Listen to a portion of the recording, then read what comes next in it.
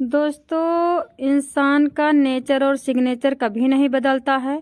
एक बाप के कुकर्मों की सजा, एक ससुर के कुकर्मों की सजा बेटे को किस तरह से मिली, किस तरह से बेटा तड़प तड़प के मरा, और बेटे के सेम तड़प तड़प मरने के बाद बहू 1 महीने के अंदर अंदर तड़प के मरी। ये घटना जैसलमेर के मोहनगढ़ गांव की है, जहां पे पुष्पेंद्र सिंह रहता था।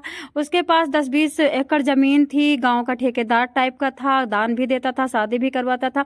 3 साल पहले उसकी बीबी मर जाती है, ये विडो हो जाता है। जब बीबी मर जाती है तो इसका वही बचपन वाला जो आशिकी, रसियाबाजी, पराई औरतों को ताकना, पराई औरतों के साथ संबंध बनाना, ललायत नजरों से देखना, अपनी बेटी को देखना तो खूंखार बन जाना, कट्टरपंथी बन जाना, अपने बच्चों को देखना, अपनी बहन को देखना, अपनी माँ को देखना तो हीरो बन जाना, करेक्टर एकदम शुद्ध बन जाना, और अकेले में लुंगी का लंगोट का ढीला।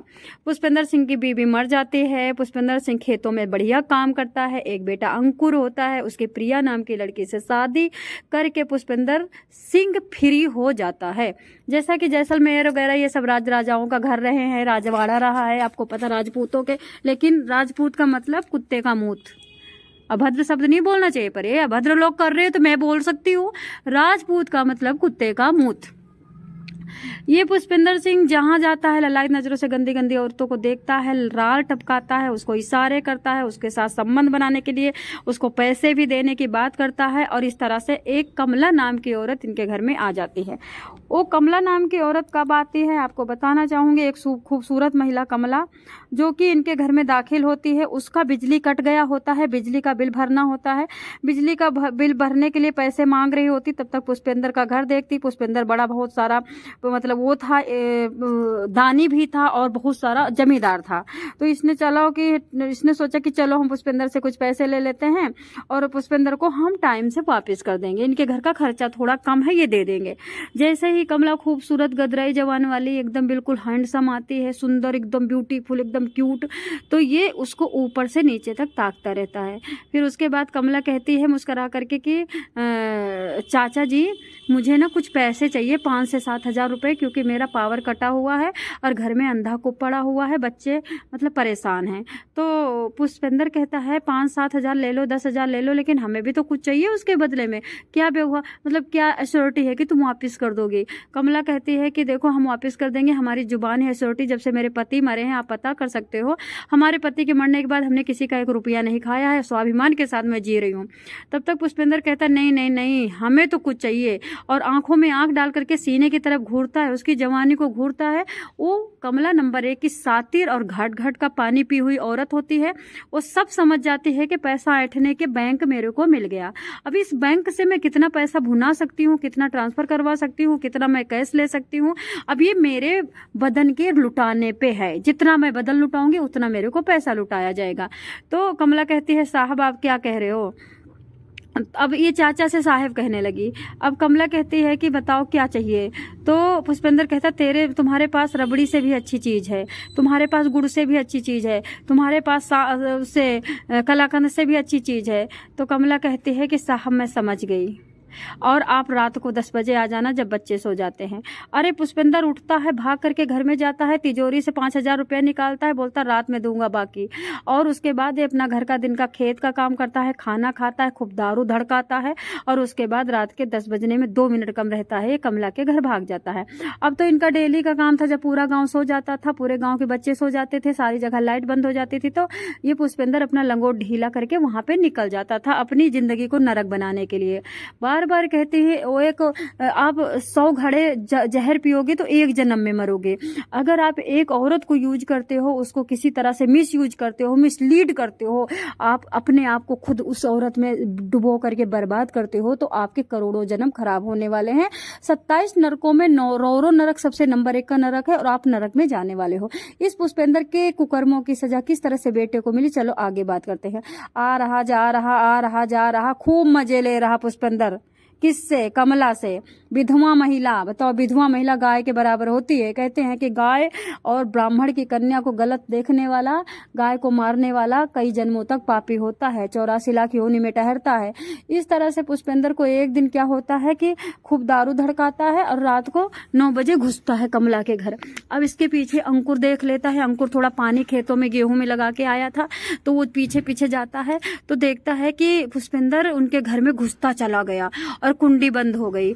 अब ये समझ गया, अंकुर समझ गया कि पापा हमारे इतने गंदे हो चुके हैं।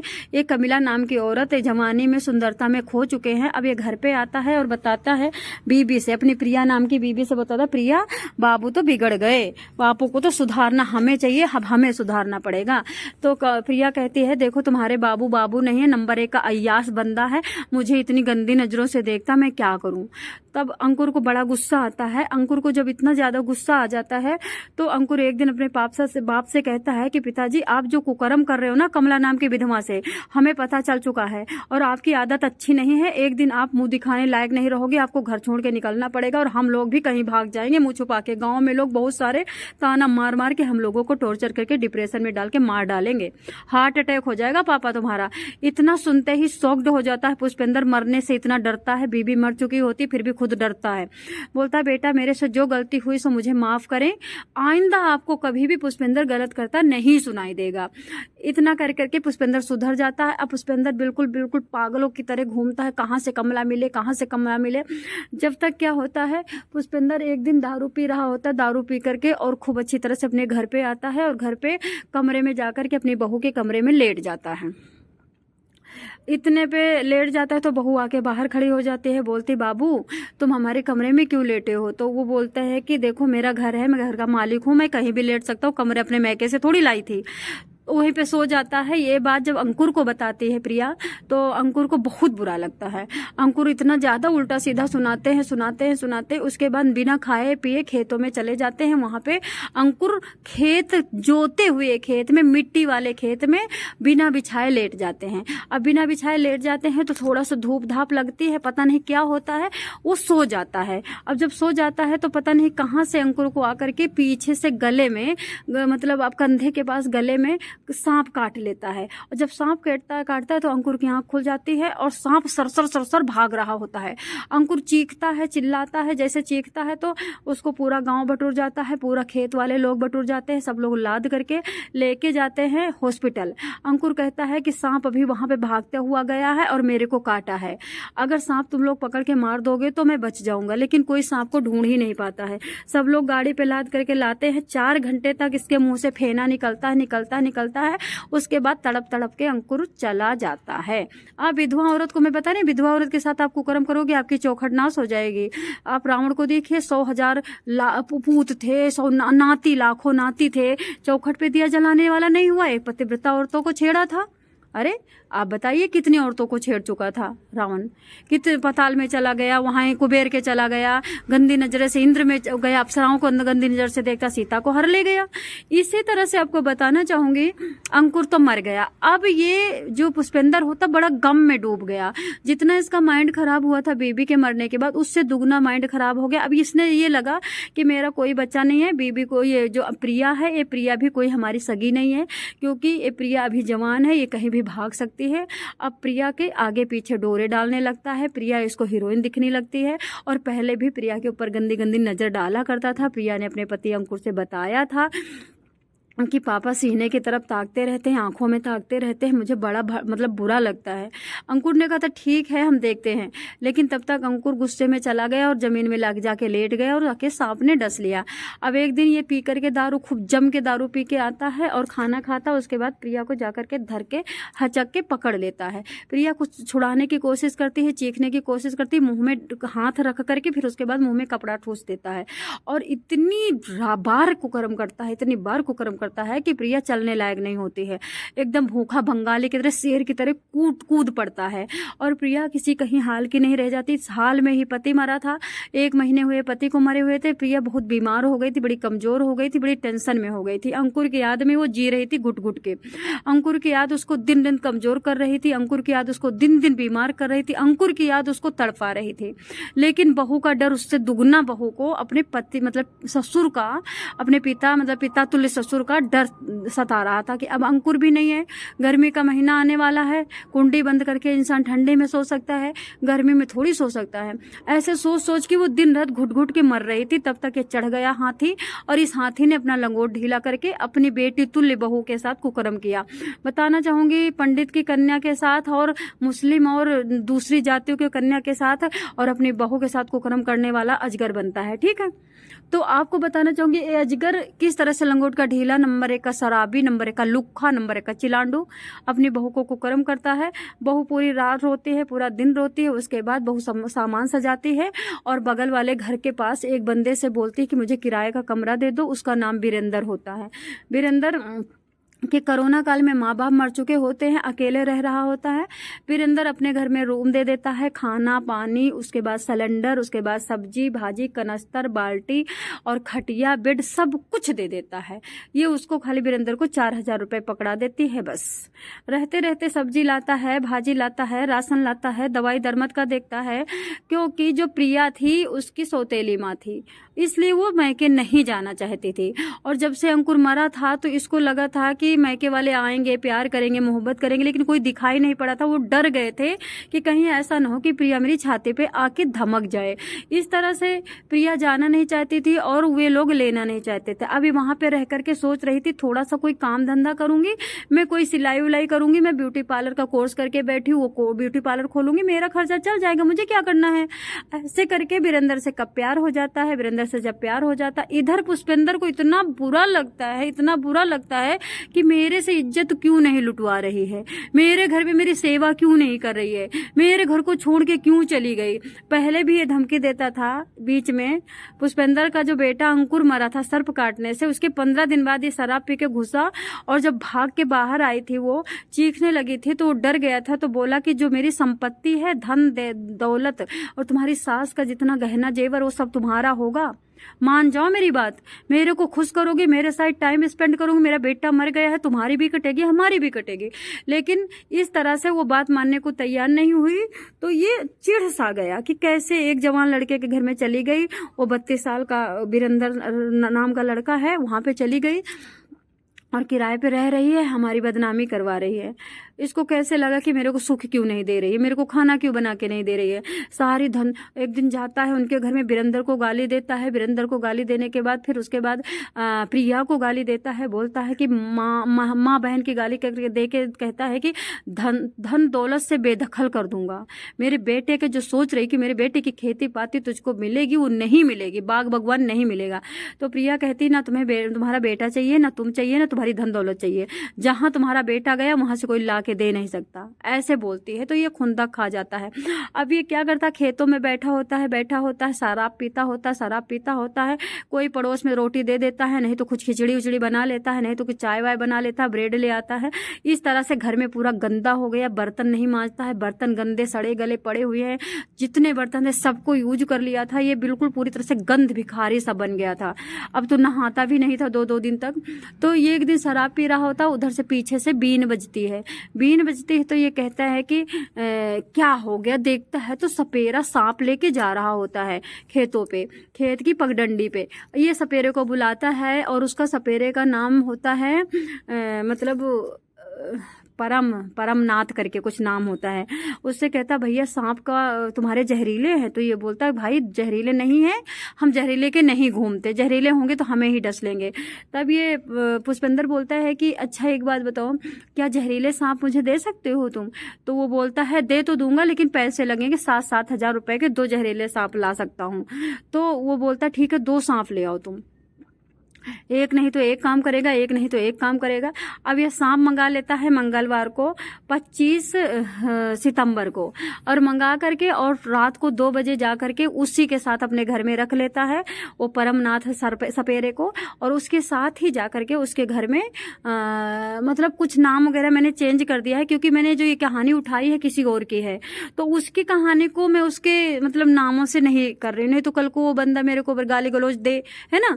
तो जैसे उपन्यास में नाम चेंज करके सच्ची हिस्ट्री लिखी होती है, सच्ची स्टोरी लिखी होती है, सो सेम जैसे मैंने अभी एक अपने गांव की कहानी सुनाई थी, लेकिन गांव का नाम भी चेंज कर दिया था, क्योंकि वो हमारे ऊपर हावी हो सकते हैं, हमारे घर में वो लड़ाई झगड़ा कर सकते हैं कि हमारी कहानी तुम क्यों बता रही हो, क्योंकि कुकर्मी इंसान कुछ भी कर सकता है। तो दोस्तों ये 2 बजे रात को जाते हैं, 2 बजे रात को। और वो जो वीरेंद्र था, वीरेंद्र की उम्र का एक उदयवीर था, उदयवीर की वीरेंद्र की दांत से काटी हुई रोटी थी, जब दोनों एक दूसरे का दुख सुख शेयर करते थे। तो उदय अपने किसी काम से रिश्तेदारी से आ रहा होता है, 2 बजे घर पहुंचता है, लेकिन ये देखता है कि वीरेंद्र के घर की खिड़की के पीछे पे 2 लोग खड़े हैं, एक पुष्पेंद्र खड़ा है, एक सपेरा खड़ा है, और 2 सांप लेकर के, बड़े बड़े सांप लेके खड़ा है। अब ये छुप जाता है, छुप के देता, दोनों सांप वीरेंद्र के घर में खिड़की के थ्रू डाल दिए जाते हैं।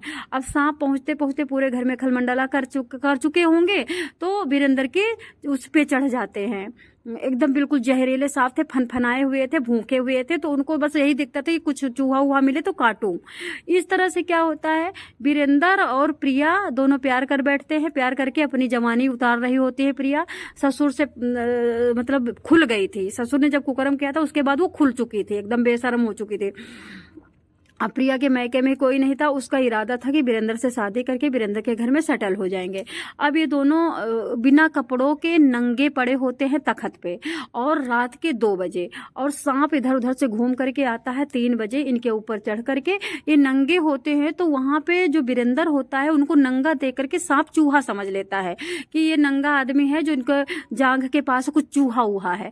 वो चढ़ करके वीरेंद्र के गुप्तांग में काट करके फिसल करके प्रिया के पास पहुंचता है, पेट पे जैसे पहुंचता है, प्रिया नंगी सो रही होती है, प्रिया हाथ हटाती है तो वो जांघों के बीच में जाके गिरता है और जांघों के बीच में गुप्तांगों में काट लेता है।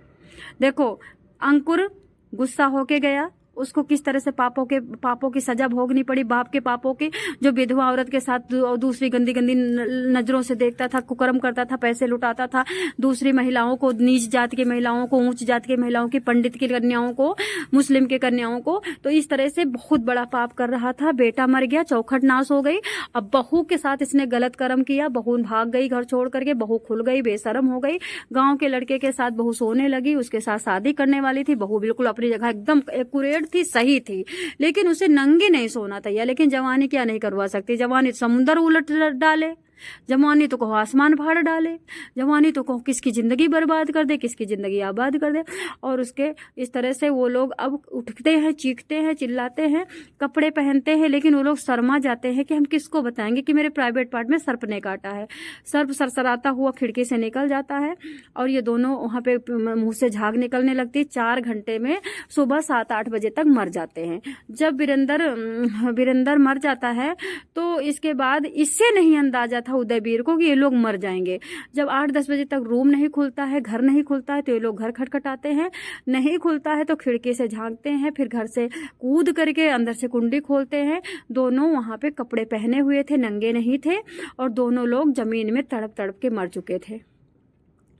जब उनको पोस्टमार्टम के लिए लाश जाती है, पुलिस आती है, पुलिस को उदयवीर सारी बात बताता है। पुष्पेंद्र पकड़ा जाता है, पुष्पेंद्र को बहुत ज्यादा कूटा जाता है। तब पुष्पेंद्र बताता है मेरी बहू ने मेरे को धोखा दिया था, मेरी बहू खाना नहीं बना के देती थी। और उसके बाद वीरेंद्र ने सारी बात प्रिया की उदयवीर को बता रखा था कि मैं शादी करने वाला हूँ। इसके पुष्पेंद्र ने, ससुर ने बहुत गंदा काम किया, इसको छेड़ा है, इसके मुंह में कपड़ा भरा है, इसका गला दबा के मारने की कोशिश की। अब इसको नहीं जाने दूंगा, बेचारी विधवा कहाँ जाएगी। ये उदयवीर को सारी बात पता थी। अब उदयवीर कहता है साहब इनको पकड़ो। पकड़ करके तो ये विश्वास नहीं कर रही थी पुलिस, क्योंकि वहाँ पे कोई गुस्सा नहीं था, लूटपाट हुई नहीं थी, खिड़की दरवाजा खुला नहीं था, छानबीन करती है तो लगी हुई थी, वहाँ पे माल मिल जाता है और दूसरा सांप गायब हो चुका होता है। और उसके बाद जब पोस्टमार्टम की रिपोर्ट आती है तो गुप्तांगों में यानी प्राइवेट पार्टों में दोनों को सांप काटा होता है। और इस तरह से फिर धीरे धीरे पुष्पेंद्र को मारा कूटा जाता है। पुष्पेंद्र को अभी तो पुष्पेंद्र को कोई सजा मिली नहीं है और अभी इस तरह से सब बोल देता है कि भाई मेरी बीबी मर गई थी, मैं पागल हो गया था, डिप्रेशन में चला गया था, मैं इतना अच्छा था, नामी गिरामी था, गांव में सबकी हेल्प करता था, गांव में मेरा घर द्वार सब अच्छा था, मैं नंबर 1 का था, लेकिन कैसे बहू के साथ गलत कर दिया, कैसे कमला के साथ गलत कर दिया। माफ़ी मांगता है, लेकिन माफ़ी मिलती है उसको जो जानबूझ करके पाप करता, उसको नहीं माफ़ी मिलती, उसको जो अचानक गलती से कोई पाप हो जाता। ये पापी था, दुष्कर्मी था, अजगर था। इसको अब क्या सजा मिलती है? चार्जशीट सबमिट हो जाती है। अब जज साहब जाने क्या सजा मिलती है। जय श्री कृष्ण, हर हर महादेव। सुखी रहिए, सचेत रहिए। गांव की ऐसी ऐसी कहानियां भरी पड़ी हैं। एक बाप बेटे की कहानी है, बताने में थोड़ी शर्म आएगी मुझे, पर आप लोगों को जरूर बताऊंगी, जो कि मेरे जेठ ने अपने हाथ से बाप बेटी को गलत काम करते थे और अरहर के अंदर देखा था। इस कहानी को किसी दिन लेके आएंगे, नाम बदल के आएंगे, लेकिन वो कहानी है उत्तर प्रदेश के लखनऊ से जुड़े है बछरावा की। ओके, जय श्री कृष्ण, हर हर महादेव।